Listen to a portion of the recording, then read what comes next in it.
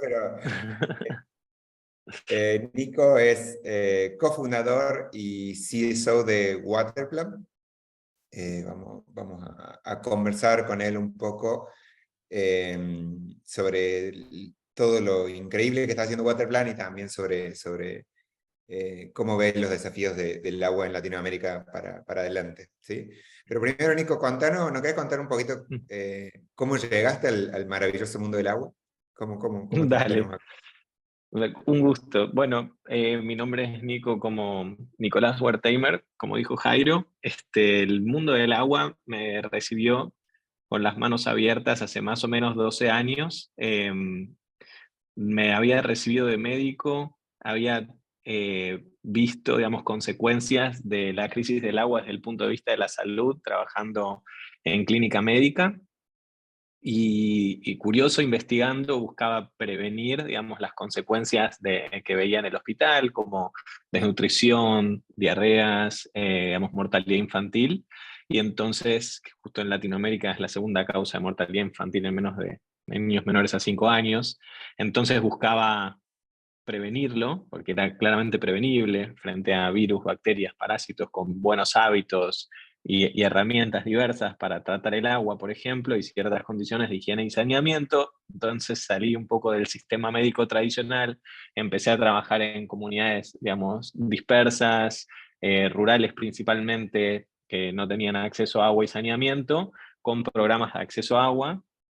Tuve muchísimo apoyo del sector privado, de ONGs, incluso del sector público también, del gobierno específicamente, y empezamos a trabajar dentro de esos tres pilares formó Agua Segura, digamos, un emprendimiento social que empoderado básicamente por estas tres puntas, y crecimos muchísimo en los últimos 10 años. Ahora, bueno, Agua Segura sigue creciendo, fue básicamente una iniciativa que buscó eh, darle escala a programas de acceso a agua y saneamiento, que migró hacia, como médico yo veía que ese era, digamos, el foco, y después me di cuenta que los síntomas los tenía la cuenca, donde estaban las comunidades. Entonces eh, no eran las comunidades nada más que tenían esos desafíos, sino también el lugar en el que estaban esas comunidades. Entonces empezó Agua Segura a trabajar sobre programas relacionados a proteger la naturaleza, básicamente, siempre en relación con estas grandes organizaciones. Fue creciendo en grandes países, trabajando con grandes empresas y demás. Sigue en ese camino y me pone muy orgulloso. Lo continuaron, digamos, los contribuidores de Agua Segura, básicamente, y sigue creciendo. Y a continuación, digamos, busqué un desafío de escala global, tecnológico. Siempre, a mí lo estudié en la secundaria y demás, siempre veía muy apasionado por la tecnología.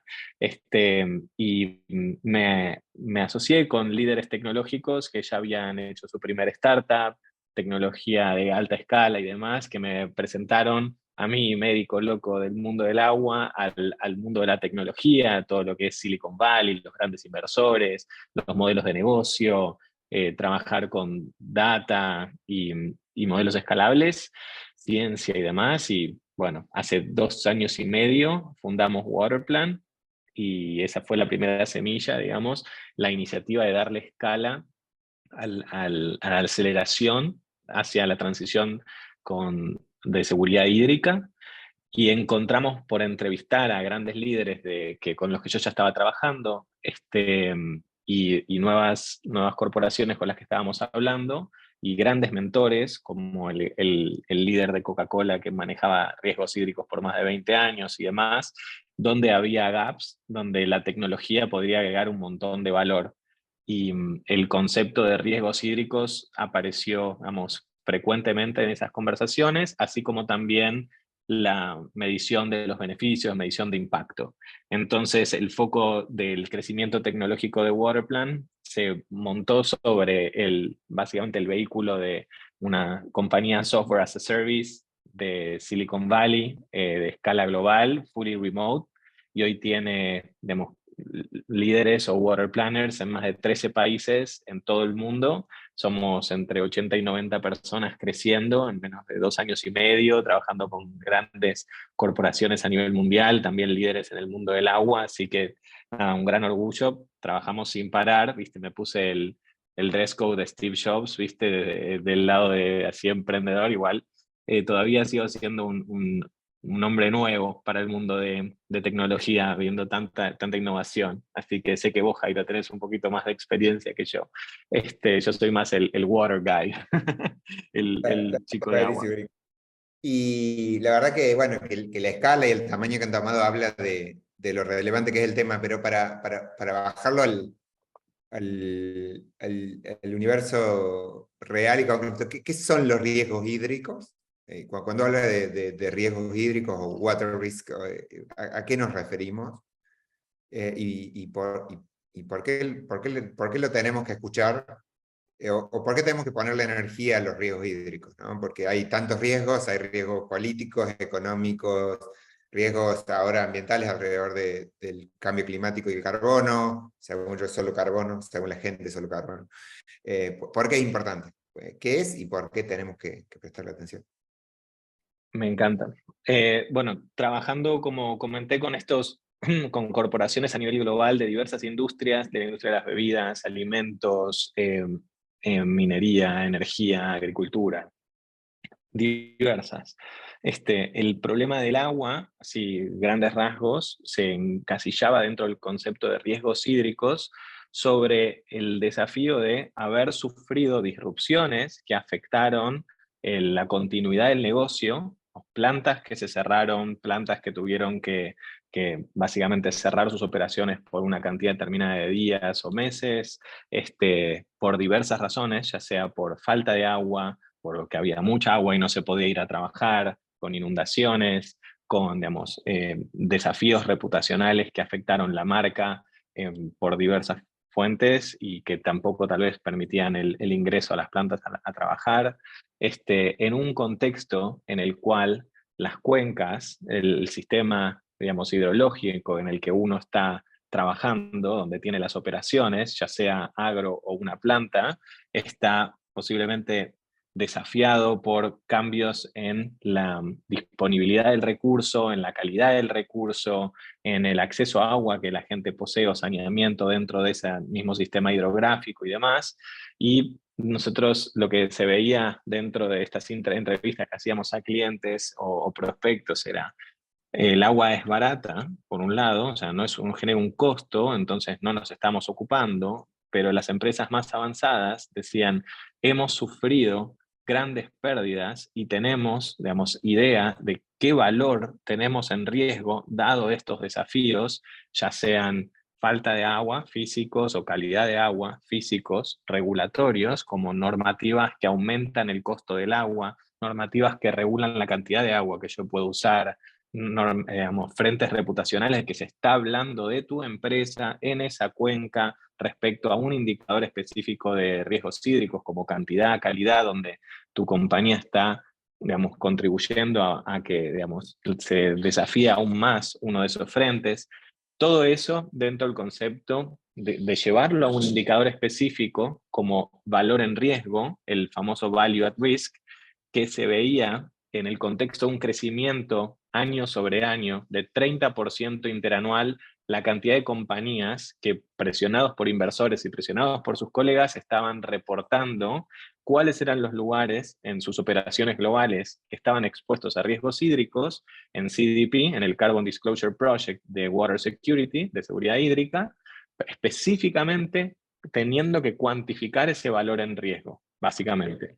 Con ese desafío se empieza a posicionar el entendimiento de los gaps y el gran valor en riesgo en las operaciones de el medio trillón de dólares en riesgo cuantificado en escenarios de distintas probabilidades, donde una empresa de bebidas tuvo que cerrar su fábrica o posiblemente va a tener que cerrarla por falta de agua o cosas similares, como pasó en México en varios sitios. Entonces, desde ese concepto de riesgo hídrico, veíamos una necesidad grande que ahora si querés podemos conversar de qué es lo que le faltaba a las empresas, o qué es lo que le falta a las empresas para poder entender y ser proactivo y preventivo frente a esa posibilidad de riesgos que se presentaban con distintos valores, distintas frecuencias, distintas probabilidades, y estaban de una forma muy desestructurada y poco presentes en las conversaciones en los boards, en los equipos de sustentabilidad, en los equipos de ambiente, en los equipos de las fábricas, y cada vez se instala con más frecuencia, así como también los eventos y las disrupciones van aumentando su frecuencia también. ¿Hace sentido, Jairo, lo que Está estamos? buenísimo, Nico. Está buenísimo el concepto para ahondar un poquito más en el concepto de valor en riesgo, ¿no? Que es, yo no, porque es el corazón de esto. Al final, yo entiendo por lo que vamos aprendiendo en el camino de este espacio, que es todo el dinero que hay en riesgo y al final funciona como un concepto traductor, ¿no? Porque convierte esta burbuja abstracta, de hay problemas de agua, hay valor en riesgo, ¿está? Y valor en riesgo puede ser, tal vez esta fábrica que me salió $50 millones construir, la tengo que cerrar y dejar esos $50 millones que gasté construyendo esa fábrica, ¿no? Y más allá de que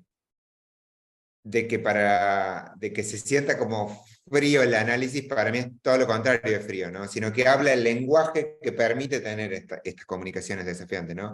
¿Cómo es, Nico, empezar a romper también este tabú de que la palabra valor y precio no deberían estar al lado de la palabra agua, ¿no? Porque es medio Está un tabú, buenísimo. es como el agua no tiene precio y lo dejamos ahí y es una cosa que no se puede tocar, ¿no? Está ¿Cómo lo ves? buenísimo lo que estás diciendo. No, tiene una componente, digamos, social, ambiental muy grande y es muy sensible, digamos. Lo veo desde que vengo, digamos, trabajando hace muchos, muchos años sobre el tema. Creo que el concepto de valor en riesgo unió o está uniendo la naturaleza, por un lado, con las operaciones que están creciendo al crecer la población, crecer las necesidades de proveer alimentos, de proveer energía y demás, y diversas materias primas. Entonces, naturalmente crece el uso del recurso, mientras el uso del recurso se ve desafiado por las condiciones locales, y hemos encontrado un indicador, nosotros no fuimos responsables de eso, grandes líderes han encontrado un indicador que se adapta a las operaciones corrientes de los grandes usuarios de agua, habla el mismo idioma, y sobre ese mismo idioma se pueden tomar decisiones que protegen el medio ambiente. Y te lo dice un médico que está trabajando en agua hace mucho tiempo, que le da paz, me da paz encontrar un idioma en el que pueda hablarle a un líder corporativo, a líderes de planta, a gente que está focalizada en finanzas, en operaciones, en seguridad, higiene y demás, al mismo tiempo que sé que estoy protegiendo la cuenca cuando estoy hablando de esto. Sé que estoy encontrando herramientas de continuidad del negocio y de una forma sostenible e incluso regenerativa, ¿verdad? Así que eso es lo que veo. Si podemos ahondar más en profundidad si hace falta. Excelente, excelente. Y ahí está bueno. Y encontramos este lenguaje común al final, porque existe esta idea de la tragedia de los comunes, que el agua es un problema común, un desafío común, eh, pero, pero para podernos poner de acuerdo en cómo accionar necesitamos lenguaje común. Y bueno, y este valor en riesgo parece ser un lenguaje común bastante más claro, ¿no? Donde decimos que hay todo este valor económico, que al final es social, en riesgo por las crisis del agua, ¿no? ¿Cómo es? ¿Cómo lo ve un líder corporativo? ¿Cómo lo muestra Waterplan? Si puede un poco más tangible, cómo es? Y después, sí, todos estos líderes globales, yo me imagino que hace un montón de años que escribieron, mira, así se calcula el valor en riesgo. Pero ¿por qué el líder de planta de una empresa de bebidas de cerveza en Costa Rica no lo calculaba o no lo tenía en la cabeza? ¿Qué hacía que sea tan difícil de medir ese número que todos sabíamos que había que calcular, pero no se usaba en el día a día, ¿no? Me parece pues, totalmente personal este punto de vista, que es cuestión de tiempo, por un lado, el entendimiento de la cuenca, por otro lado, el entendimiento de cómo me relaciono con la cuenca para luego llegar a ese valor en riesgo. Lo puedo tal vez responder en cómo lo hace Waterplan, si Claro, querés, exacto. que creo que eso puede ayudar mucho. Básicamente, el primer como decimos, este indicador es un indicador que puede llegar a ayudarnos a hablar un idioma en común. Ahora, para llegar a ese indicador, tenemos que entender cómo se está comportando la cuenca en la que estamos operando y cómo se comporta nuestro negocio en relación a esa cuenca. Entonces, lo que hemos visto en este tiempo es, primero, hay distintas formas de entender cómo se está comportando la cuenca y cada, digamos, actor dentro de la cuenca también está interesado en un punto de vista sobre qué es lo que le está pasando a la cuenca, ¿no? Para ser concreto, algunas industrias están más focalizadas en entender la calidad del agua de la cuenca o la calidad del efluente de la cuenca, o sea, la calidad del agua de la cuenca en relación a sus efluentes, otros más en la cantidad de agua del afluente para ver que tenga la disponibilidad del agua, porque son negocios muy intensivos en el uso y demás. Y en ese punto, cada uno estaba haciendo algo diferente, ¿verdad? Y a pesar de estar trabajando en la misma cuenca. Entonces, no solo no llegábamos al value at risk, sino que cada uno estaba mirando la cuenca con otros anteojos, básicamente. Entonces usaban información muy amplia, poco granular, vamos a decir, que no nos ayudaba a entender tal vez exactamente qué estaba pasando en el lugar en el que estábamos operando, que era valioso, pero tal vez usábamos distintos atlas para entender dónde estoy ubicado, cómo priorizar mis sitios y demás. Por otro lado, hay distintas fuentes locales de información, algunos contrataban a unos expertos, otros a otros expertos, y como los médicos, cada uno tiene su propio diagnóstico.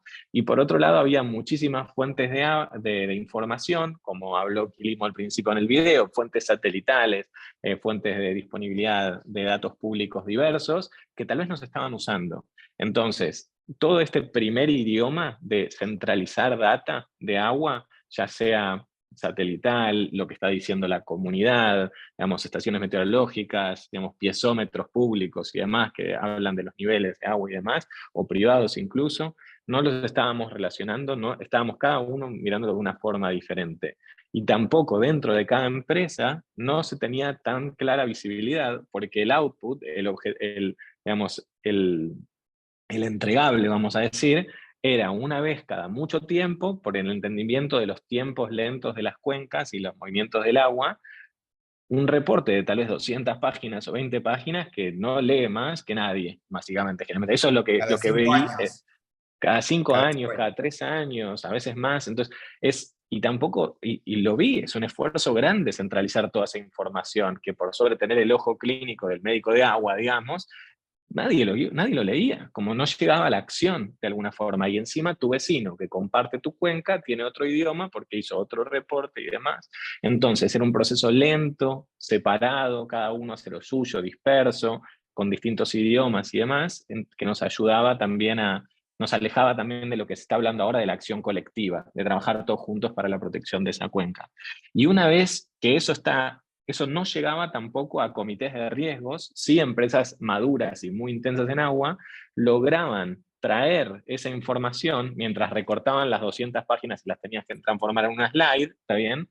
También es difícil, ¿verdad? Hacer eso, pero bueno, grandes expertos logran priorizar la información más relevante y llevarla a la acción, y en comités de riesgos, donde hay líderes de marketing, líderes de finanzas, líderes de operaciones, líderes de ingeniería, de fluidos y demás, dependiendo de la industria, empezaban a poder digerir esta información mientras recibían de grandes inversores que veían las disrupciones que tenían las operaciones, el mercado, la necesidad de básicamente verlo de una forma, digamos, mostrame tu riesgo, quiero entenderlo. Entonces estos comités logran llevarlo al valor en riesgo. Y de nuevo, cada empresa lo hacía de una forma diferente.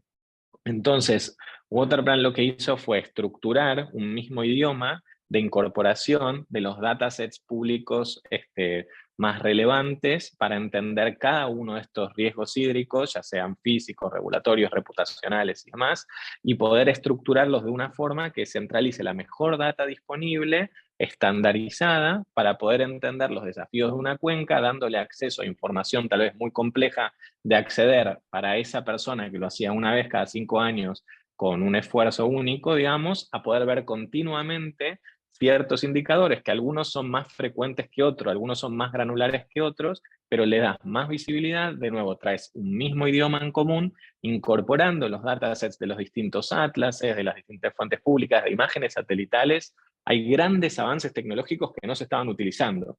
imágenes satelitales que ven los grandes movimientos gravitacionales del agua en las distintas regiones del mundo y se pueden ver las tendencias de los movimientos a lo largo de los meses incluso.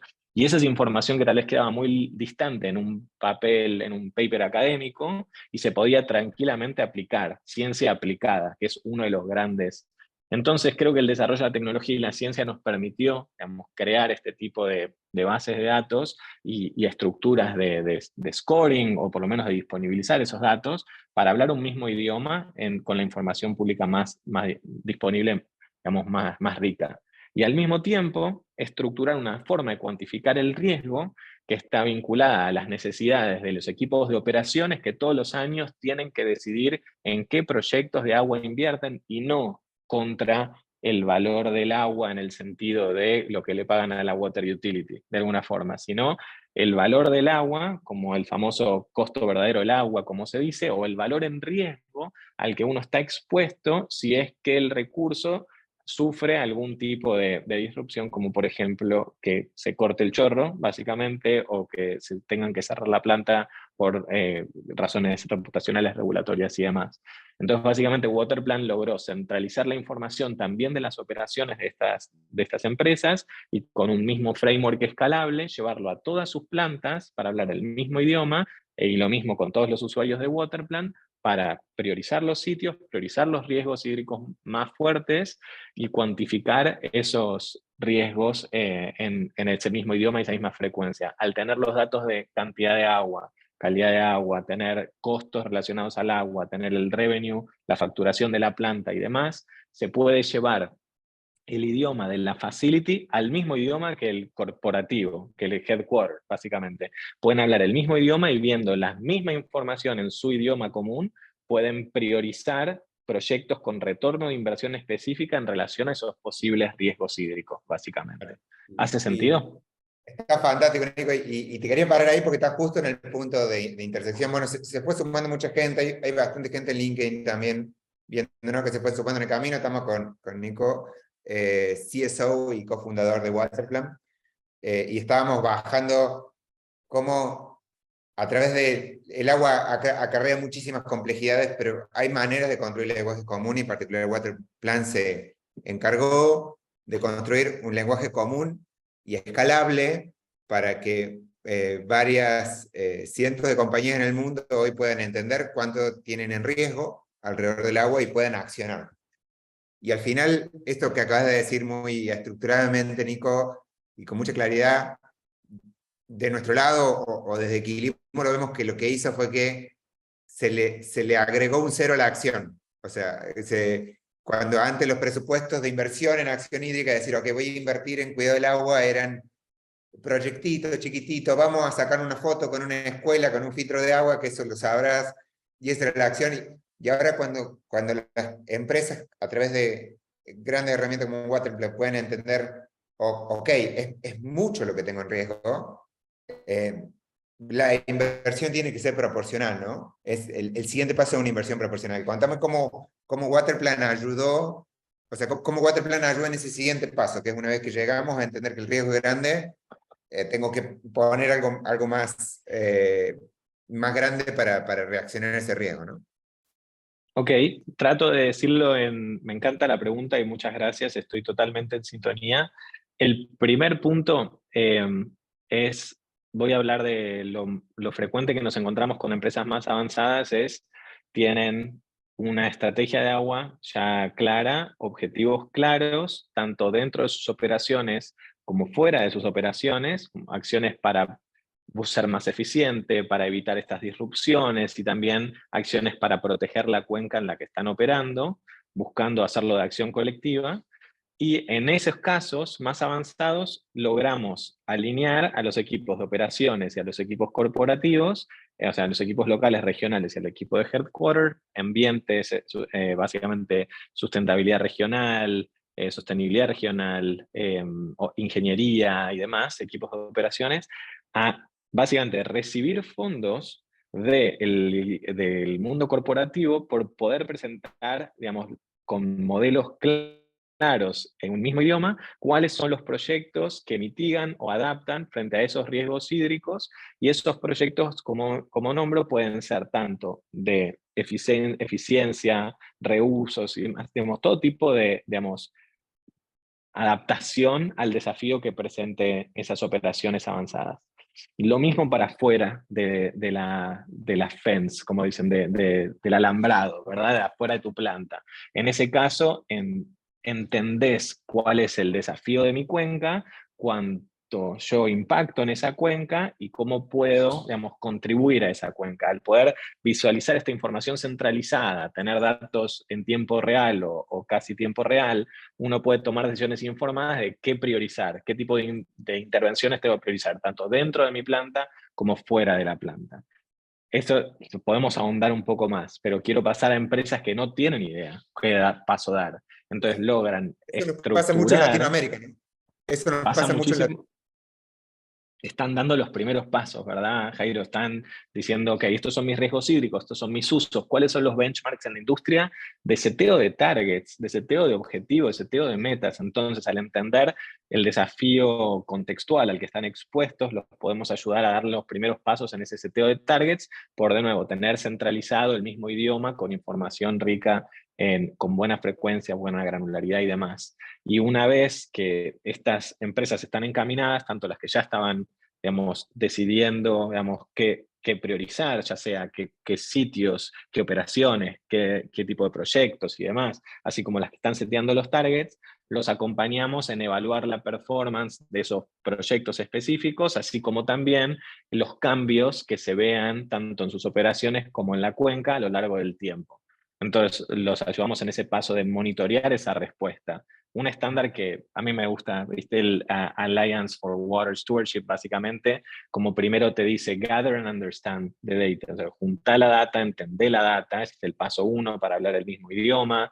Después tenés cómo usás esa data para básicamente setear un target, establecer los targets o básicamente alinear o revisarlos. Después tenés cómo vas a implementar esas soluciones, cómo monitoreás esas soluciones. Y por último, cómo las reportas y las comunicas.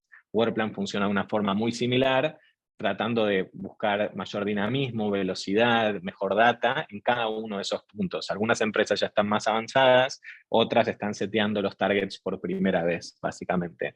Y es agradable ver cómo, digamos, se ahorraron mucho tiempo, encontraron mejor data, lograron cuantificar valores en riesgo que el CFO valida en relación a un headquarter en una ciudad de Estados Unidos con una planta en Guadalajara, básicamente. Y eso creo que, y te estoy hablando de selección de proyectos de inversión de miles de dólares, de millones de dólares y demás. Nada, me parece muy emocionante. ¿Hace sentido, Jairo? ¿Podemos ir más en detalle hacia donde vos sientas que No, agregan más valor? vamos a empezar a retomar las preguntas porque ya estamos excediéndonos del tiempo pautado, pero Marisol, arrancamos por esto último y nos pide algún ejemplo. Muchas de estas conversaciones son conversaciones que están cubiertas bajo NDAs, entonces es difícil contar ejemplos. ¿Algún ejemplo que tengas, Nico, donde se está trabajando para una empresa invirtiendo en la seguridad hídrica en su región? Marisol, la palabra garantizar en un contexto de crisis climática donde los parámetros... Marisol nos pregunta, ¿hay ejemplos que logran implementar empresas para garantizar la seguridad hídrica? Garantizar en un contexto de crisis climática tan cambiante es una palabra muy alta como vara, pero sí activar, tratar de hacer cosas para mejorar la situación. ¿Tenés algún ejemplo en esa línea, Nico, donde alguna empresa haya implementado algún proyecto en alguna región de Latinoamérica? Si se puede saber, si no del mundo, lo que tenga más a mano. Lo hablo de manera genérica, que creo que va a agregar el mismo valor, pero varias empresas del mundo de bebidas y de productos de consumo masivo, básicamente tienen sitios, o sea, tienen sitios operativos en lugares de alto estrés hídrico, por ejemplo, y el primer paso fue básicamente entender al detalle en qué condiciones está trabajando esa operación, al nivel que jamás un equipo de alto nivel del corporativo global había visto con tanta claridad, como les hablé de esa simple diapositiva que buscábamos a partir de los reportes, qué está pasando, qué viene pasando en la cuenca, qué puede llegar a pasar en la cuenca respecto a la disponibilidad de agua. Y en esas mismas assumptions también, que son las bases de la cuantificación del riesgo, junto con las operaciones de los lugares de alto riesgo hídricos, hemos trabajado en Querétaro específicamente, logramos llegar a ese valor en riesgo con la planta, utilizando la plataforma para priorizar sus riesgos, utilizar los usos de agua, los costos de agua y demás para cuantificar específicamente cuál es el valor que tiene en riesgo y que sea validado por un CFO a ese nivel, como muy buenas assumptions, muy buena transparencia y claridad, mismo idioma y buena data, básicamente. Y sobre esa base se logra básicamente priorizar una lista de proyectos dentro de la planta que fueron aprobados, digamos, en el Q anterior, básicamente para, básicamente, priorizados en relación al retorno de inversión sobre esos riesgos hídricos. Y eso lo decide, digamos, un comité de riesgos junto con el equipo claramente de operaciones, comunicándose con el equipo de planta. Entonces, hicimos esa unión. Y por sobre eso, al entender el desafío en la cuenca, creció la madurez de esa compañía y decidieron abrir las puertas a inversiones de protección de la cuenca, como varias acciones de las que hace Quilimo, para dar los primeros pasos en setear objetivos fuera de la planta, básicamente, cómo pueden, digamos, aumentar infiltración en ciertos suelos, digamos, cómo pueden mejorar la recarga de los acuíferos que se ven que están cayendo y demás. Así que eso, al mismo tiempo, un zoom out de ese ejemplo, digamos, de específico, que estamos haciendo con varios de nuestros logos, lo mismo, pero 200 o cientos de plantas a nivel global, y cómo ayudar a los equipos corporativos a priorizar específicamente, bueno, qué plantas, qué risk drivers, qué valores en riesgo, bueno, y demás. Así que creo que la tecnología, y encima está, imagínense, hay un equipo ahora de casi 7 matemáticos que va creciendo de cómo mejorar la cuantificación de los riesgos, cómo vincularla más a las tendencias científicas que se ven de las cuencas y demás. O sea, se viene, nada, es emocionante. Espero que aclare esto, No, como, está clarísimo, Nico. Acá hay algunas preguntas un poquito más técnicas que hablan de, bueno, que cómo manejan la incertidumbre. Nos pregunta Saúl, bueno, la información satelital o los datos en sitios son bastante inciertos alrededor del agua. ¿Cómo manejan hoy la incertidumbre alrededor de esos datos? Bueno, la palabra incertidumbre es además un concepto matemático, ¿no? O sea, y bueno, para eso tienen un exacto. matemático en el equipo, ¿no? Tenemos un equipo de matemáticos creciente que están evaluando constantemente modelos para interpretar tanto, digamos, las cuencas como las operaciones, y eso va perfeccionando sobre el tiempo, es cómo se utilizan las probabilidades y cómo trabajamos sobre las incertidumbres. Y eso es, creo que, lo mágico también de la tecnología, de cómo la diferencia entre hacer un proyecto por proyecto, y un reporte de 200 páginas que habla de probabilidades sobre un heat map, de que acá está más rojito, acá está más verde, y cómo una plataforma puede continuamente aprender de disrupciones, de datos históricos y demás.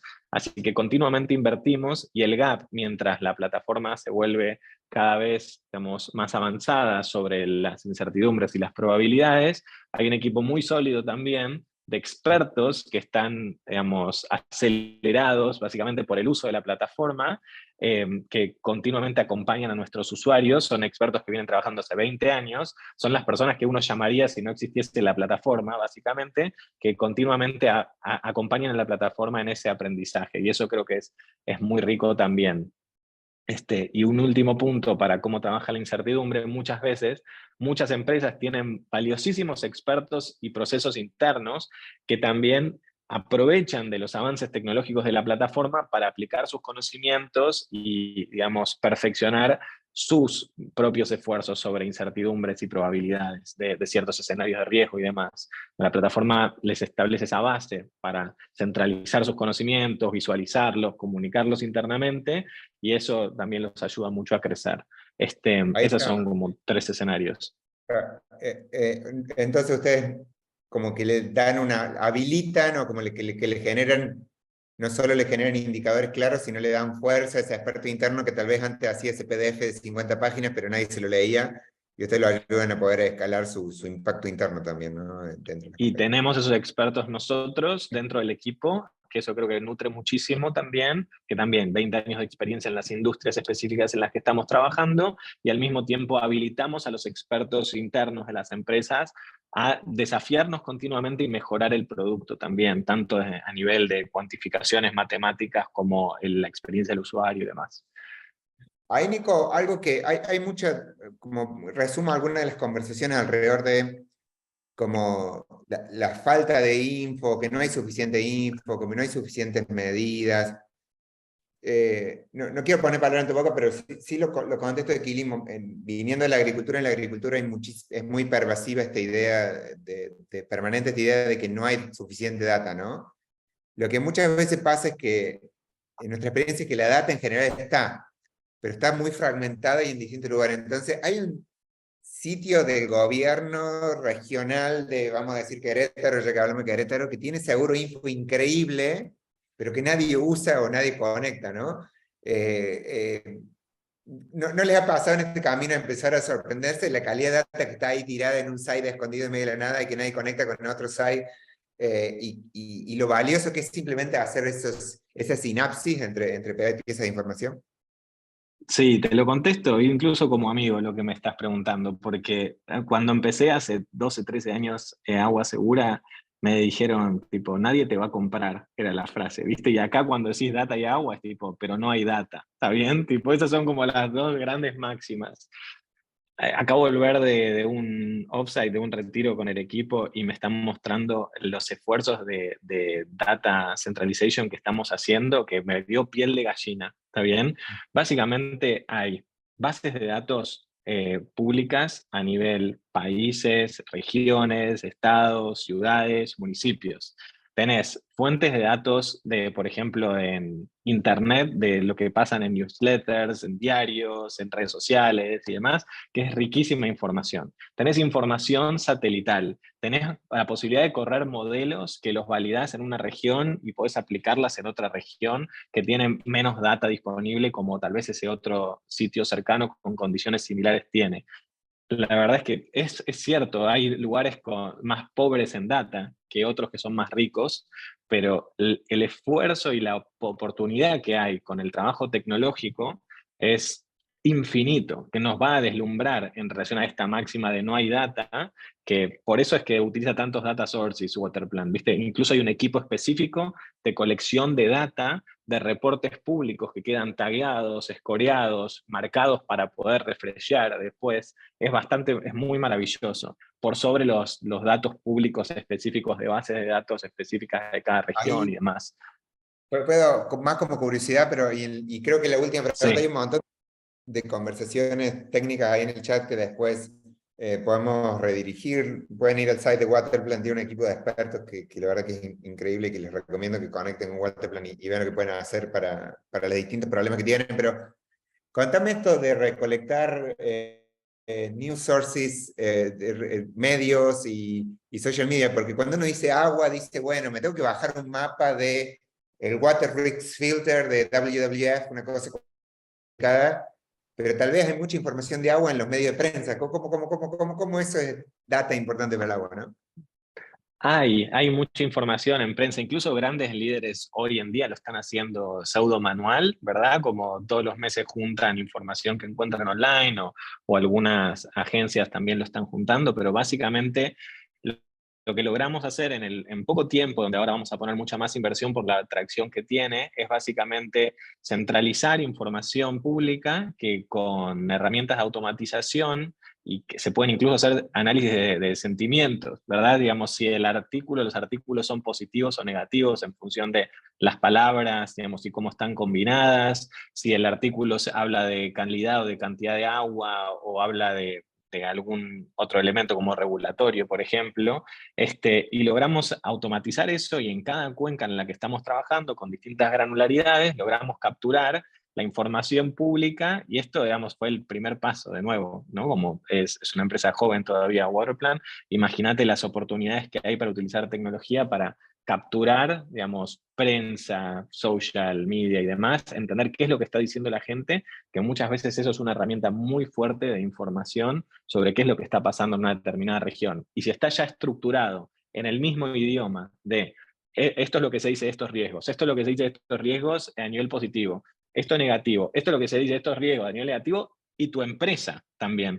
Esto es lo que dice tu empresa y la planta que está en este lugar. Imagínate, digamos, todo eso, un esfuerzo automatizado ahorra muchísimo tiempo y ayuda a tomar decisiones, se puede escorear, se pueden ver tendencias, y eso ayuda muchísimo a decidir cómo invertir, qué es lo que estaba haciendo, riesgos ocultos que uno no estaba percibiendo.